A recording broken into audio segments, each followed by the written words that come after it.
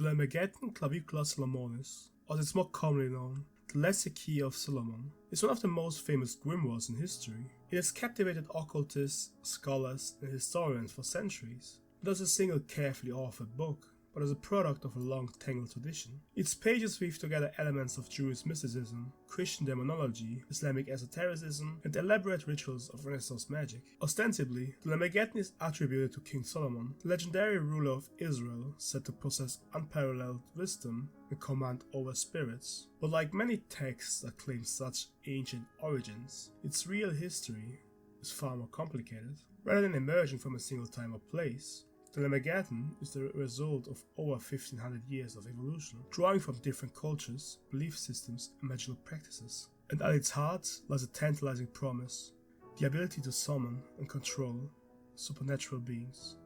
The origins of the Lesser Key of Salomon are deeply entwined with the biblical legend of King Solomon himself, a figure celebrated not just for his power, but for his extraordinary wisdom. In the books of 1st Kings and 2nd Chronicles, Solomon is depicted as a just and divinely favored ruler, chosen by God to build the Temple of Jerusalem, the most sacred site in Jewish tradition. But more than his wealth or military might, it was his wisdom that set him apart. Scripture paints a picture of a man whose intellect surpassed all others, a king who spoke in proverbs, composed songs, and unraveled the mysteries of the natural world. His judgment was renowned, immortalized in the famous tale of two women claiming the same child. But in these canonical texts, Solomon is never described as a magician. He does not summon spirits, command demons, or bend supernatural forces to his will. His wisdom is framed as a divine gift, and yet, over time, the perception changed.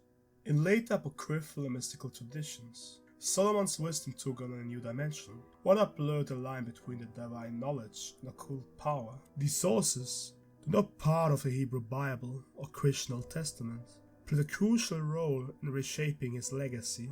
They transformed him from a righteous king into a master of hidden forces, a magician whose influence extended far beyond scripture. And from this evolution came the foundation of one of the most famous grimoires in Western esoteric tradition. Among the many apocryphal texts that reshaped Solomon's image, none is more significant than the Testament of Solomon, written sometime around the 3rd century CE. This text recasts the biblical king, not just as a wise ruler, but as a master of supernatural forces. At the heart of this transformation is a single powerful object, a magical ring said to be a gift from the archangel Michael himself. According to the Testament, this ring inscribed with a divine seal gives Solomon the authority to summon and control spirits, compelling them to obey his will. And he didn't wield this power for personal gain. Instead, he used it to command demons to assist in the construction of the Temple of Jerusalem, turning demons into laborers for a holy cause. The Testament goes further than just granting Solomon power. It also introduces a system of demonology, detailing the names, ranks, and abilities of the spirits he encounters. One of the most well-known passages describes Solomon interrogating a demon named Ornius, who had been tormenting one of his servants. With his divine ring, Solomon binds Ornius and forces him to reveal his nature. This structure, where spirits are summoned, named, categorized, and commanded, would go on to influence countless grimoires, particularly the Ars Goetia, the first and most infamous book of the Lesser Key of Salomon. Scholars have long observed that the Testament of Solomon is not just a product of Jewish tradition, it's a fusion of Jewish, Greek, and early Christian mystical influences. This blending of traditions is particularly striking when compared to Hellenistic magical practices, especially those found in the Greek magical papyri, or PGM, a collection of spells and rituals compiled between the 2nd century BCE and the 5th century CE. Many of these texts share a similar structure. Lists of spirits, their names, and the corresponding invocations needed to summon and command them. In PGM 4, 3007-86, for example, a spell outlines a precise method for summoning spirits and compelling them to obey, mirroring the way Solomon interrogates and commands demons in the Testament of Solomon. In both traditions, the magician asserts control to divine names and sacred seals, ensuring that the summoned entity complies, whether for divination, healing, or revealing hidden knowledge. This fusion of Greek and early Christian mystical traditions creates something entirely new, a structured system of demonology where supernatural entities are not only named and categorized, but also governed by spiritual authority and law. It's a model that would shape Western esotericism for centuries. As the legend of Solomon's mystical abilities spread beyond its biblical and early apocryphal roots, it evolved, taking on a new dimension on both Islamic esotericism and Jewish mysticism. These traditions not only preserved his image as a master of supernatural forces, elevating him to a figure of hidden wisdom and celestial authority, with two key sources standing out: the Islamic tradition of the Seed of Salomon and the Jewish Kabbalistic texts of Sefer HaMalach. In Islamic mystical traditions, Solomon's power was closely tied to his legendary ring, inscribed with a divine seal. Depending on its source, the seal is either a hexagram or a pentagram, both symbols that would later become deeply associated with occult practices. In Sufi literature, Solomon is portrayed as a divinely appointed ruler who wields absolute authority over jinn, spirits, and celestial forces. His ring is not an instrument of sorcery, but a divine gift from Allah, granting him the ability to command supernatural beings, perform miracles, and govern justly. Unlike later grimoires, which frame the summoning of spirits as a precarious and dangerous act, Islamic narratives present Solomon's power as righteous and divinely sanctioned. His magic is not a trickery or forbidden knowledge, it is wisdom bestowed upon him by God, reinforcing his status as a prophet and a ruler of both the seen and unseen worlds. Jewish mystical traditions also played a crucial role in expanding the legend of Solomonic magic. By the 12th century, Kabbalistic texts such as Sefer HaMalach had introduced intricate systems of angelic and planetary magic. Unlike early apocryphal texts which centered on Solomon's dominion over demons, Kabbalistic tradition shifted the focus towards angelology, astrology, and the hidden names of God. Esoteric knowledge believed to unlock the deeper mysteries of creation. As the medieval period further unfolded, the evolution of Solomonic magic took yet another turn, this time with the Christian esoteric tradition. One of the most influential texts to emerge during this era was the Clavicula Salomonis, or the Key of Salomon. Unlike its later, similarly named counterpart, the Lesser Key of Salomon, which fixates on demonology and spirit summoning, the Clavicula Salomonis, compiled sometimes between the 12th and 15th century, focused on a different kind of power: celestial and angelic magic. This grimoire became a cornerstone of Western occultism. Within its pages we find echoes of Jewish Kabbalistic texts and Islamic writings on celestial magic, yet the Clavicula Salomonis reinterprets these traditions through a Christian lens. In this version of Solomonic magic, purity, devotion, and adherence to God's will are paramount. One of the Clavicula Salomonis' defining features is its emphasis on astrological and planetary correspondences. Rooted in Hellenistic and medieval European occult traditions, the text lays out precise instructions on when and how rituals must be performed. Based on the positioning of celestial bodies, the belief was simple yet profound. Magic was not a chaotic force to be wielded at will, but a structured practice aligned with the very architecture of the cosmos. While the Clavicula Salomonis primarily deals with protective magic, consecrations, and divine invocations, it also marks the beginning of a shift, one that would lead to a highly elaborate ceremonial magic of later centuries. Within its pages we see an increasing emphasis on planetary influences, sacred symbols, and angelic invocations, all woven together into a structured system of divine power. One of its most distinctive features is the use of planetary pentacles, each tied to one of the 7 classical planets: Saturn, Jupiter, Mars, the Sun, Venus, Mercury, and the Moon. These sigils, inscribed with divine names and sacred symbols, were believed to harness the celestial forces associated with each planet. For instance, the first pentacle of the Sun, marked with the divine name El Shaddai, was thought to grant authority and success. This concept closely mirrors early Arabic astrological magic, where planetary talismans were crafted with the belief that they could channel cosmic energies towards a specific goal. Beyond planetary magic, the text also places great importance on angelic and divine sigils. One notable example is the Seal of Michael, a sacred emblem meant to invoke the protection and guidance of the Archangel.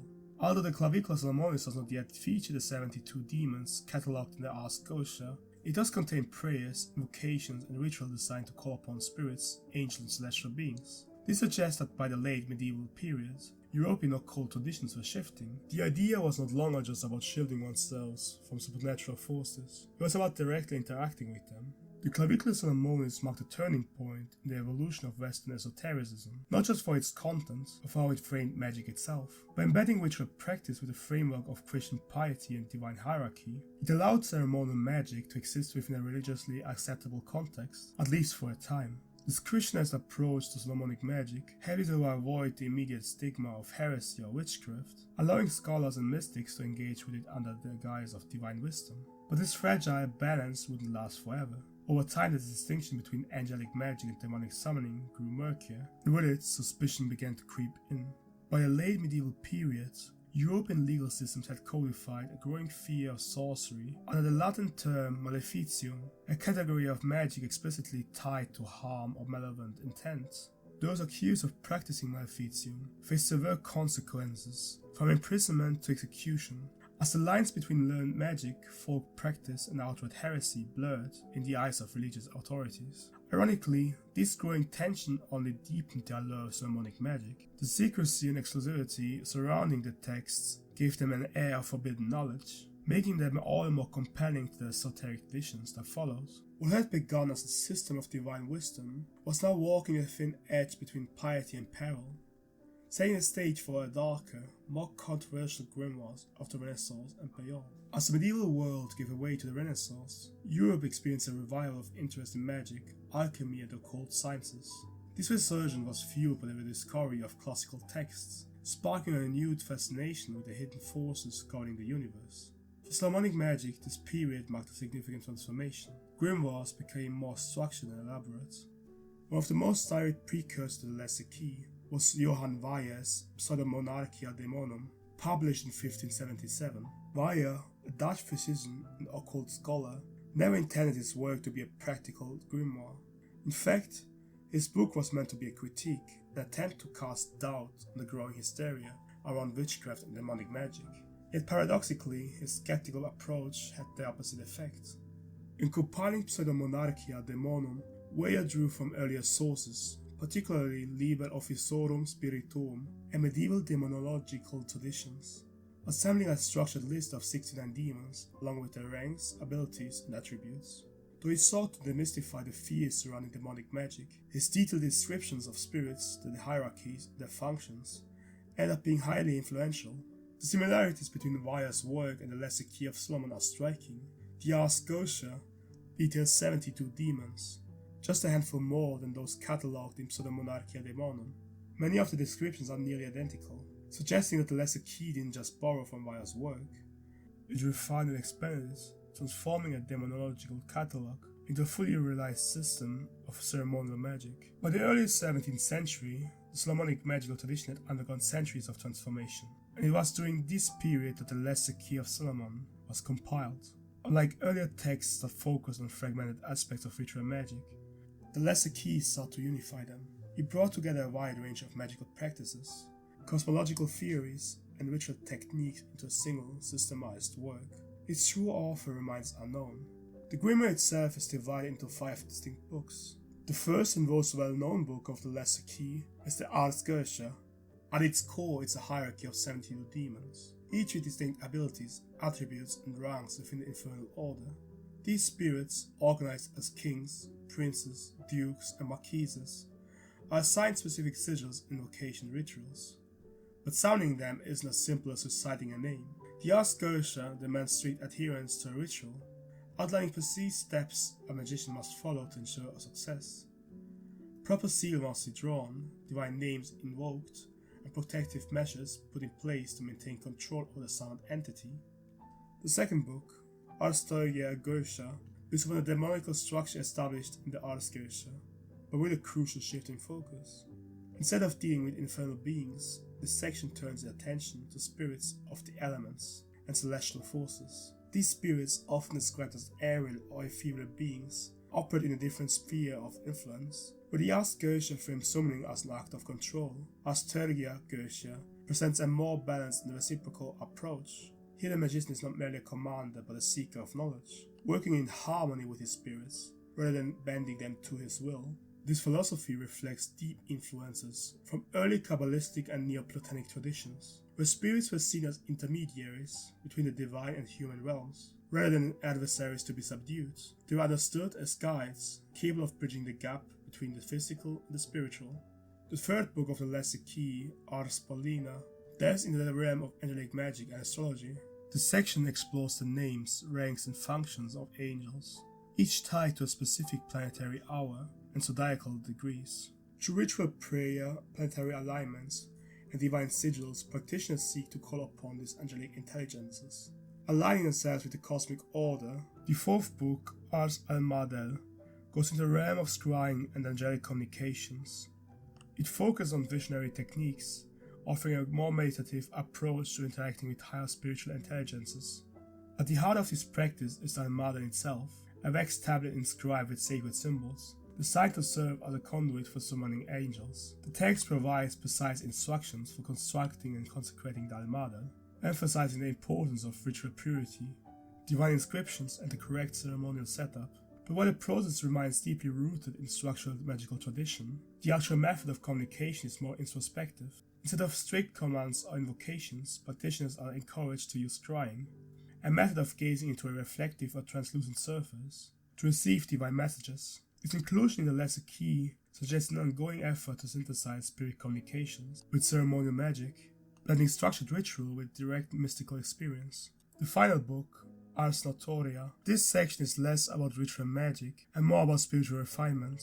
The prayers and mystical exercises found in Ars Notoria were designed to enhance memory, deepen wisdom, and bring the practitioner closer to enlightenment. These techniques align closely with medieval Christian monastic traditions, where contemplative prayer and divine meditation were seen as pathways to direct communion with God. The structure of the Lesser Key of Salomon reveals more than just a collection of magical texts. It reflects a deliberate synthesis of centuries-old esoteric traditions. What sets the Lesser Key apart is its careful arrangement. The progression through its 5 books suggests more than just a random assortment of magical practices. It reads like a complete curriculum, guiding the practitioner from the dark and dangerous realm of infernal conjuration to the loftier heights of celestial wisdom, ultimately culminating in divine enlightenment. Each section builds upon the last, reinforcing the idea that the mastery of the unseen world requires both knowledge and spiritual refinement. By the 18th century, the Lesser Key of Salomon had already cemented its place within the European occult tradition. Though widely regarded as a foundational text among ceremonial magicians and esoteric scholars, the grimoire remained unpublished, existing only in handwritten manuscript form. It was passed between secretive practitioners, copied and annotated by those who sought to preserve, and in some cases refine its teachings. This manuscript edition allowed Lemegeton to evolve. Each copy carried subtle variations, marginal notes and additions, reflecting a personal interpretation of the esoteric scholars who transcribed them. There was no singular authoritative version. The core ideas of the Lesser Key continued to spread, shaping the broader landscape of Western occultism. Even without a formal printed edition, the influence of Lemegeton began to surface in other occult writings of the time. One of the earliest and most influential figures to incorporate its teaching was Francis Barrett, an English occultist best known for his 1801 publication, The Magus. Barrett's work aimed to systemize Western esoteric traditions, drawing heavily from earlier grimoires, including Clavicula Salomonis and Lemegeton. In The Magus, he presents a modified form of Solomonic magic, blending astrology, angelic invocation, and spirit conjuration, key elements found within the Lesser Key of Salomon. Even in the absence of a widely available printed edition, the teachings of the Lesser Key refused to fade. The 20th century marked a turning point in the accessibility and influence of the Lesser Key of Salomon, thanks in large part to 2 towering figures of the modern occult revival, Samuel Liddell MacGregor Mathers and Aleister Crowley.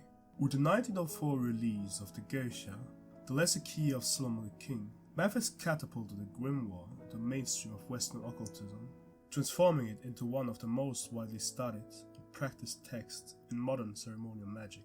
Mathers, a founding member of the Hermetic Order of the Golden Dawn, was already well known for his translations of historical magical texts, including the Key of Salomon and the Kabbalah Unveiled. His edition of the Geisha, which focused exclusively on the first section of the Lesser Key of Salomon, systematized and clarified the process of summoning the 72 demons, making it more accessible to contemporary occult practitioners. Where earlier versions of the text had circulated in fragments and inconsistent manuscript forms, Weber's publication provided a standardized English edition, complete with sigils, spirit descriptions, and ritual instructions. For the first time, Solomonic demonology had a formal, widely available structure, securing its place at the heart of modern Western esotericism. Yet despite Weber's contributions, the Gosha might have remained an obscure grimoire, if not for Aleister Crowley. More than just an occult scholar, Crowley was a showman, a provocateur, and a figurehead of the modern magical revival. Not only did he republish and annotate Weber's edition, but he also wove its practices into his own Thelemic magical system. To his extensive writings, experimental rituals, and larger-than-life persona, Crowley introduced Solomonic demonology to a new generation of occultists. Crowley's reinterpretation of the Gosha was not just an academic exercise, it was deeply practical. Where earlier ceremonial magicians approached Solomonic magic within a rigid Christian framework, emphasizing divine authority as the key to controlling spirits, Crowley saw something different. To him, summoning demons was not about subduing external forces, but about mastering the self.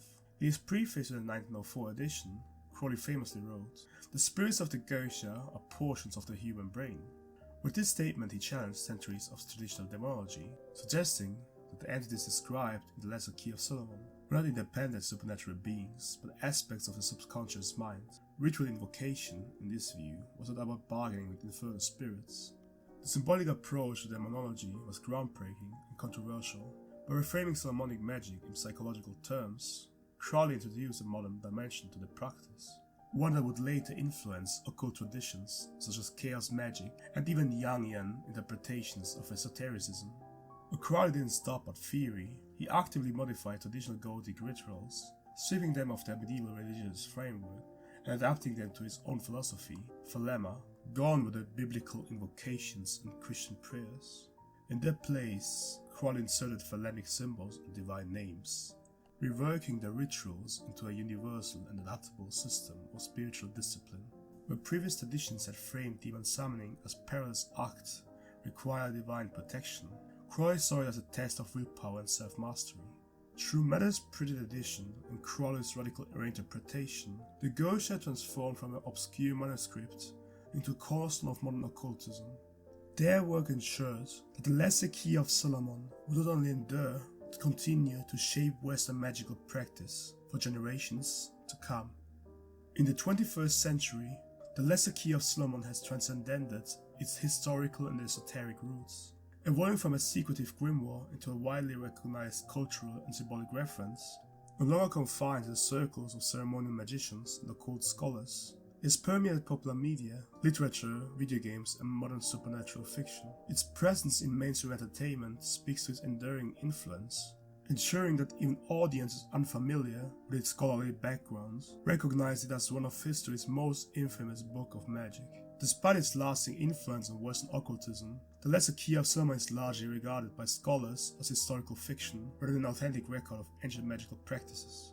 While some modern occultists still use Lemegeton in ritual work, its true significance lies in what it reveals of the evolution of mystical thought.